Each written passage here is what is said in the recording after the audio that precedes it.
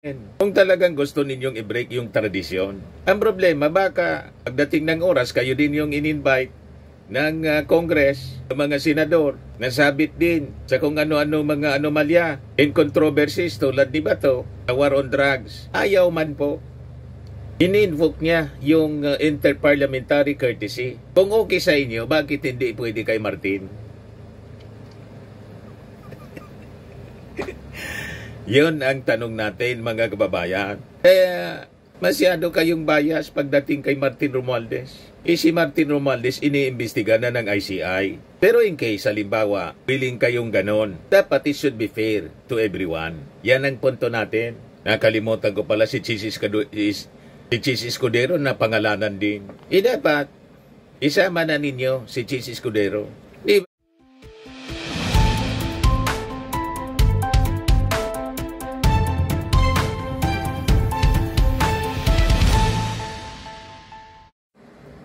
Hello po mga kababayan, si Dante Maravillas.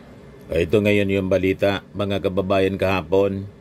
Si Kong Martin Romualdez, dating Speaker of the House, Congressman Eric Yap, and 17 others na mga congressmen na idinawit ng mga diskaya. Ang sabi, iimbitahan sa pagdinig ng Senate Blue Ribbon Committee sa November 14, Friday. Ayon kay Senator Ping Lacson, siya plus yung 17 congressmen mentioned by the Diskaya couple including Congressman Eric Yap, yan yung iimbitahan namin through the speaker, sabi po ni Ping Lacson. Si Saldico, we're extending our invitation kung pupwede siya mag-participate via Zoom. Ayon sa senador na muling umupo bilang chairman ng committee, Senate Blue Ribbon Committee, mga kababayan. Di ano niya, Mr. Maravillas, ang position mo dyan. Ang position natin, mga kababayan, kung yung Senado will break tradition, yung tinatawag na interparliamentary courtesy, then dapat fair, patas. Tawagin nila lahat, hindi lang yung isa o dalawa. Isa lang nila, pati mga senador. At pag yung Congress, halimbawa, inimbita din yung mga senador sa katulad na inquiry, dapat wala ding senador, mga kababayan, ang mag-invoke ng interparliamentary courtesy tulad po ni Bato de la Rosa. Di ba in-invite, mga kababayan, si Bato de la Rosa? Ayaw niyang mag-attend. Ayan, Senator Bato de la Rosa invoke interparliamentary courtesy to decline invitations to testify at House of Representatives hearings concerning the drug war. He argued that as a senator, he should be accorded with this courtesy to avoid setting a precedent of senators being compelled to attend the other chamber's probes, which could disrupt legislative work. The House respected this principle and did not insist on his presence, although some lawmakers and others questioned the appropriateness of using this courtesy as a shield against accountability, particularly in cases involving alleged human rights violations. De la Rosa's justification, he stated he was following the guidance of Senate leadership to respect the practice of interparliamentary courtesy, which is a tradition observed between legislative chambers. He argued that if the House had found any irregularities, they should have filed cases in court, as he is ready to face legal proceedings based on evidence rather than sentiment. Ano yung response ng Congress? The House acknowledged and respected the principle of interparliamentary courtesy, which is why it did not insist on De La Rosa's presence at hearings. So yun ang posisyon natin, mga kababayan. Dapat patas, hindi nga napilit si Bato de la Rosa, tapos pipilitin ninyo si Martin Romualdez, another congressman.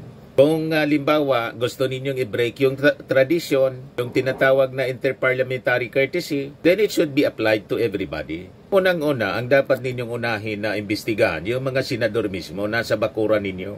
Hindi na kailangan lumipat pa ng bakuran mula sa Senado to Congress, House of Representatives. Si Mark Villar, bakit hindi ninyo isalang sa sa investigasyon. Si Jingo Estrada, si Villanueva. Itong si Jingo Estrada at Villanueva, imbes na sila yung tinatanong, sila yung nagtatanong. O diba? Imbes sila yung iniimbestiga ninyo, sinama ninyo sa investigador. Di ba mali, mga kababayan? Yan ang punto natin. Kung talagang gusto ninyong i-break yung tradisyon. Ang problema, baka pagdating ng oras, kayo din yung in-invite ng Congress, ng mga senador, nasabit din sa kung ano-ano mga anomalya and controversies tulad ni Bato, the war on drugs. Ayaw man po. In-invoke niya yung interparliamentary courtesy. Kung okay sa inyo, bakit hindi pwede kay Martin? Yun ang tanong natin, mga kababayan. Kaya masyado kayong bias pagdating kay Martin Romualdez. Si Martin Romualdez iniimbestiga na ng ICI. Pero in case, halimbawa, willing kayong ganon, dapat it should be fair to everyone. Yan ang punto natin. Nakalimutan ko pala si Chis Escudero na pangalanan din. Dapat, isama na ninyo si Chis Escudero. Di ba? Now, bakit mayroon pong tinatawag na interparliamentary courtesy? That courtesy rule, mga kababayan, exists for a reason. May rason kung bakit siya ginawa as a rule. Matagal na tong tradisyon sa pagitan po ng Senado at Kamara, yung tinatawag na interparliamentary courtesy, yung respeto sa bawat mambabatas ng dalawang kapulungan, Senado at House of Representatives, Lower House. Ang ibig sabihin nito, hindi basta-basta iniimbestiga ng Senado ang kasalukuyang miyembro ng Kamara. Ganon din po sa Lower House. Hindi din basta pwedeng imbestiga ng Kamara yung isang miyembro ng Senado, kasalukuyang member ng Senado. Yun nga yung nangyari kay Bato de la Rosa. In-invoke niya yung kanyang interparliamentary courtesy tinatawag. Ano ang rason? Para maiwasan po yung yung pamumulitika at paninira magamit sa investigasyon, mga kababayan. Yan ang rason. Ito mismo ang ginawa ng Quadcom kay Bato at Go sa hearing tungkol sa AJK. So never po nila na pinatawag yung dalawang senador because of the tradition at respeto sa Senado. Pero ngayon, parang magkakaroon na po ng pagbasag sa long-standing tradition na to. Dahil sa plano nila na ipatawag yung mga congressmen as reported po ng GMA, including si dating Speaker Martin Romualdez. Ngayon, balikan po natin na sa background yung mga personalities at mga pangyayari sa kwento po ng flood control scandal. Noong SONA, nilabas ng ating Pangulo ang kanyang galit sa nangyari pong massive korupsyon. Then, makalipas yung ilang linggo, discover yung mga kalokohan ng mga diskaya at iba pang mga contractors po, 15 na mga top contractors po sa buong Pilipinas ang pinangalanan po ng ating Pangulo. Comes now the investigation boss ng Senado at ng Congress. Pero sa kabila po ng mga testimonies at kakulangan ng mga ebidensya, o kahit man lang mga kwento laban kay Martin Romualdez, nangibabaw pa rin yung mga walang basihang akusasyon. Yung pilit na kwento, lalo na po yung affidavit ni Orly Gutesa na lumabas, peke yung notaryo. Yun ang nagtuturo kay Martin Romualdez. Pero ang totoo, mga kababayan, hanggang ngayon, walang direktang nag-uugnay sa dating speaker sa korupsyon dito sa flood control scandal. Kaya nga po hindi man siya kasama. Inirekomenda ng ICI sa ombudsman para kasuhan po. Tama. Maging si ombudsman na Boying Rimulya, inamin niya, walang ebidensya kay Martin. Ang pwede lang, gusto niyang i-stretch yung kaso, gross negligence daw, human responsibility. Ang pwedeng maikaso kay Martin Romualdez. Nakita na ninyo po. Ito yung sinabi ni Rimulya, mga kababayan, noong November 4. Romualdez could face gross inexcusable negligence complaint. Kasi daw, inayaan niyang mangyari yon sa kanyang pagiging speaker. Yung accountability po, doon sa sinasabing insertions, nandun mismo sa chairman committee ng appropriations. At sa BICAM report po, hindi man po kasama doon si Martin. Hindi man siya member ng BICAM. Ang member po si Escudero, nakapirma pa.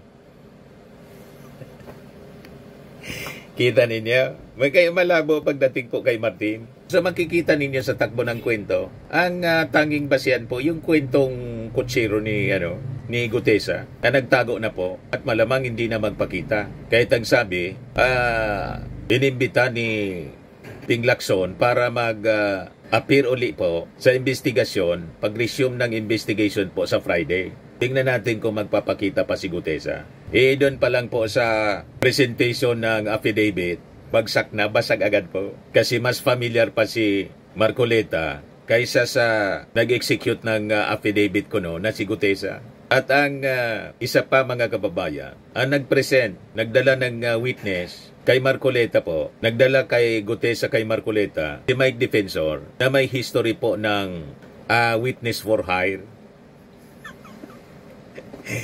Nakita ninyo ba? Kaya napakaina ng basihan sa pagsangkot kay Martin Romualdez sa iskandalo. So makikita ninyo po na yung trail of corruption leads somewhere out there, or leads elsewhere. Mga kababayan, may ibang tinutumbok base sa mga ebidensya at sa totoong kwento ng may mga personal knowledge mismo sa flood control scandal. Tulad po ni Engineer Bryce Hernandez, ni Engineer Alcantara, at saka po ni Yusek DPWH, former Yusek Bernardo. Malinaw po sa mga salaysay ng tatlong itong witnesses at sangkot mismo sa anomalya, ang mga lumulutang na pangalan po ay pangalan ng mga senador. Si Chis Escudero, si Jingo Estrada, si Joel Villanueva, at iba pa. O bakit hindi nila tinatanong itong mga kasama nila mismong mga senador? Ang nangyayari po sa investigasyon ng Senado, yung dapat imbestigahan muna nila, yung mga kasama nila. Si Jingoy, si Villanueva, imbes na sila yung tinatanong, sila yung nagtatanong. Ano ba, mga kababayan? Dapat sila yung tinatanong muna. Sila yung tinuturo, sila yung binabanggit palagi. Bakit hindi ninyo tinatanong? Bakit ang nangyayari po sa investigasyon ng Senado, kasama sila sa nagtatanong? At binibigyan pa ng pagkakataon na mag-grandstanding. Yan ang tanong natin, mga kababayan. Kompleto sa kanila po ang trail, chain of sworn statements, kumbaga, mga kababayan. So, ibig sabihin po, ang punto natin, kung magkakaroon po ng investigasyon sa Friday, dapat silang unang iupo, isa lang. Isa lang sila mismo muna. Sila yung tanungin. Hindi dapat sila kasama sa nagtatanong. Sila yung dapat tinatanong kasi sila yung mismong direktang itinuro. Na-mention sa mga affidavit po ni Bryce Hernandez, ni Alcantara, ni Yusek Bernardo. Ngayon, walang mahanap po na koneksyon kay Martin Romualdez. Kaya parang gustong i-stretch yung kwento para isabit si Martin. Ito base sa sinabi ni Remulla, mga kababayan. Ombudsman Remulla, Romualdez could face gross inexcusable negligence complaint. So ang sinasabi ni Boyeng Remulla, nagpabaya daw si Martin Romualdez. After niyang sabihin na wala talagang ebidensya laban kay Remulla ay kay Romualdez. So ito yung sinasabi natin. Paano naging kasalanan ni Juan ang kasalanan ni Pedro? Di ba? Kasi speaker daw siya. Bawat congressman po, lalo mga chairman ng mga committees, may kanya-kanya silang responsibility and accountability. Hindi mo pwedeng sabihin na yung naging kasalanan ni Saldico, kasalanan ni Martin. Di ba? For any member of Congress, pag nagkaroon ng mga lapses sa trabaho, nasangkot sa kung ano-anong anomalya, dapat panagutan na ni Martin Romualdez. Hindi yan ganun. Bawat member ng Congress, may kanya-kanya silang responsibility and accountability. Tama po? Hindi ko mo ama ng Congress as speaker si Martin. Ang kasalanan ng kanyang mga anak, kasalanan na ng ama, wala yon sa Luchi, kahit po sa Bible, hindi ganyan po. Kahit sa pamilya, kasalanan ng tatay, kasalanan ng tatay, kasalanan ng anak, kasalanan ng anak. Lalo pa kung mga responsible individuals na sila, hindi yung minor de edad. Di ba? Wala man pong minor de edad dyan sa Congress. Meron mga may saltik.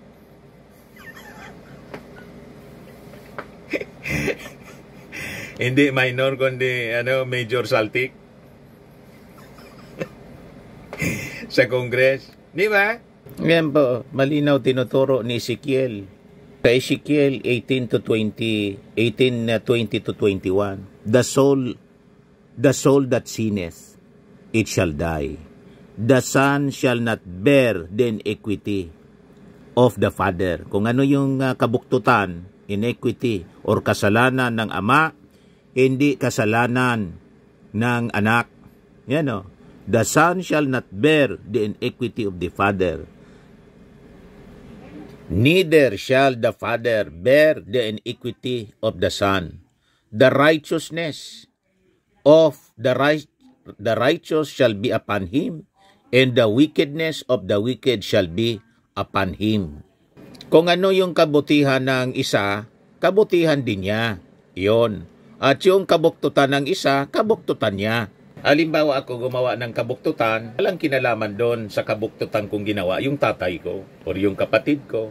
Walang kinalaman doon or kaibigan ko. Ang gusto ninyong mangyari, yung nagawang kasalanan ng mga congressmen, halimbawa si Saldico, kasi Saldico yung tinuturo, Chairman Committee on Appropriation, kasalanan na yun ni Martin Romualdez. Mali yung ganun mga kababayan, na parang yun ang ibig sabihin ni Boying Rimulya. Mali doon si Boying. Iba po, in fact, ang tama yung sinabi po ni Senator Win Gatchalian. Sabi po ni Win Gatchalian sa isang interview, na bawat chairman, bawat committee, may kanya-kanya silang accountability, responsibility, and discretion. So dapat ganun din ang pagtrato sa Congress. Di ba po? So hindi lahat ng kilos ni Saldico kasalanan mga kababayan ni Martin Romualdez. Kasi bawat isa sa kanila may accountability and responsibility. Yan ang malinaw po. So, kung titingnan natin yung mga kaganapan po, ang real problem, yung implementation, doon nagkalukuhan po. Sa implementation, kung hindi po substandard goes, hindi po sa pagbalangkas ng pondo. Ang pondo, ipinasa ng Kamara po sa BICAM, Bicameral Conference Committee in good faith. Sa BICAM po, si Senator Chis Escudero, na dating Senate President, ang nangontrol. At doon nga po, may pirma siya. Then, pinirma naman po ni President Bongbong Marcos yung GAA in good faith. Kaya, kung may mga anomalya na na-discovery po at dapat na imbestigahan, ang tanong, bakit si Martin Romualdez lang? Bakit hindi ang mga senador na nagmaniobra sa Bicameral Conference Committee na si Martin Romualdez hindi man po nangialam doon? By tradition, ang speaker hindi man po member ng BICAM. Pati yung Senate President. Kaya lang na iba yung pangyayari kasi break yung tradisyon ni Chis Escudero. Siya, as Senate President, nangialam, pumirma pa. Yan Kaya sabi ni Benji Contreras po sa post niya noong October 5, panay ang bintang ni Escudero na si former Speaker Martin Romualdez ang utak ng insertions pati ng corruption sa flood control projects, pero hindi siya kasama sa bicameral conference na nagpasa ng 2025 budget. GAA pala, 2025 GAA, kung saan napakalaki ng budget insertions. Si Escudero ay kitang-kita na nakapirma siya sa BICAM report para sa 2025 budget, kung saan sinasabing meron siyang 142.7 billion pesos na insertion. Walang maipakitang ebidensya si Escudero sa mga bintang at aligasyon laban kay Romualdez. Pero maraming ebidensya nagtuturo sa kanya. Yan po yung mga nakapirma. Si Grace po, si Saldico. Yan, mga congressmen ito. Ito yung mga senador, congressmen. Palaki natin. Ayan siya, mga kababayan. Senator Francis Chis Escudero, Senate President. Wala man Martin Romualdez dyan. Walang pangalan, walang pirma.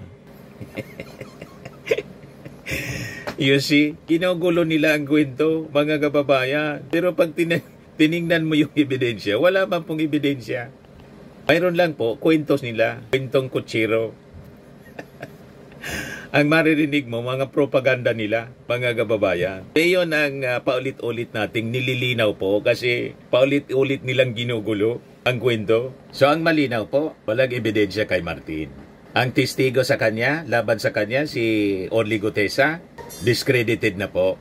Ang sumira ng kanyang pagkatao, yung sarili man lang niya po ang nasira. Kasi mismo doon sa testimony niya, hindi siya familiar. Ang nagtuturo sa kanya, nagkukot sa kanya, si Marcoleta mismo. Napag-alaman pa, prove na po sa RTC Manila, yung affidavit niya po, yung notaryo po, peke. At hindi na ngayon nagpakita. In-invite ng DOJ, hindi na po nagpapakita. Di ba? At malamang hindi din magpakita sa Friday.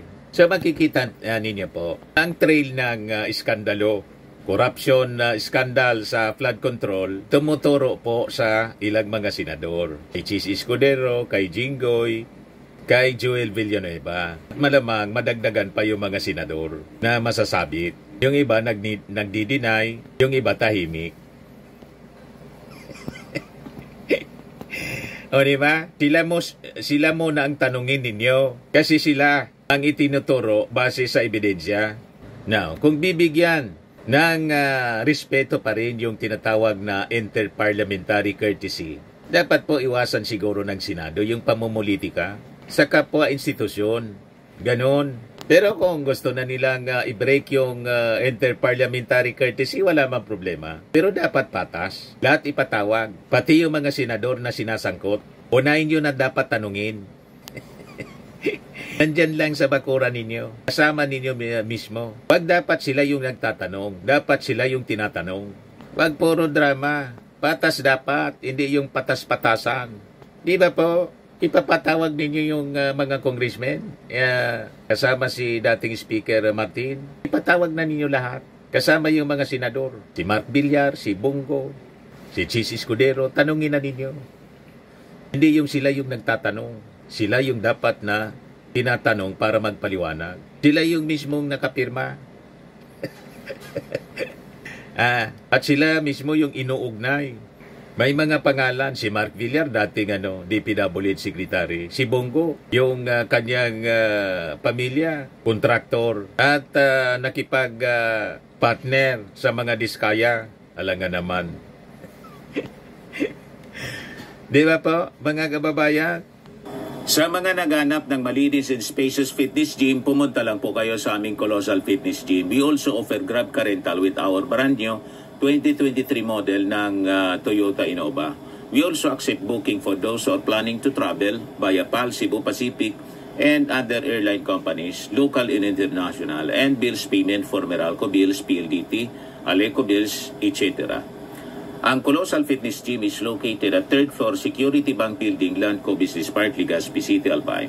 For inquiries, look for Chilon Maravillas. Contact number 0966-802-0949. Yan yung aming Innova. Lagi na pong matao sa amin. Pati mga foreigners po, tingnan ninyo. Mga British tourists sila. Ang lalaki ng katawan na, mga kababayan, nag-gym sa amin. Ito naman po, Indian National. Ito mga mga European sila. Ito naman yung bago naming product na binibenta online, Eye Glow Serum. Whitening po siya galing sa South Korea. Tingnan ninyo yung epekto sa aking anak na architect entrepreneur, Riz Maravillas. For inquiries, look for Riz Maravillas on FB. Ito naman po, Firmax Firming and Lifting Cream, pinapahid sa mga pulses and affected area. Mainam po ito sa mga pains at paninigas na mga kaso-kasuan. Ito po, Automax Radiant Serum. Sa mukha naman yung application. Anti-aging po siya. You will look 10 years younger than your age. Ito naman po yung bagong product naming binibenta online. I am Worldwide Amazing Pure Organic Barley Powdered Drink Mix from Australia. Endorsed by cancer survivor actress Maritoni Fernandez. Mainam po siya sa mga may cancer, mga cancer patients, at for cancer prevention na rin po. For inquiries, at sa mga gustong magnegosyo, mag-message na lang kayo sa aking anak na architect entrepreneur Riz Maravillas. Sa mga naghanap ng or mahilig sa mga imported bags and wallets, dumiretso na lang kayo sa Eileen Closet kay Ma'am Eileen Rosales. Naka-base siya po sa Amerika.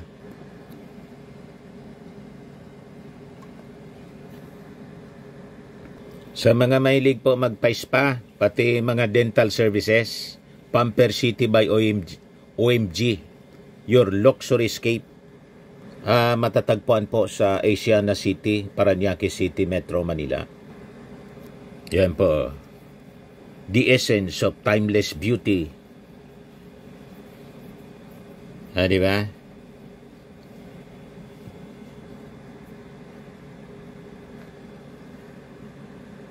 Escape sauna ritual, 899 pesos lang. 30-minute service.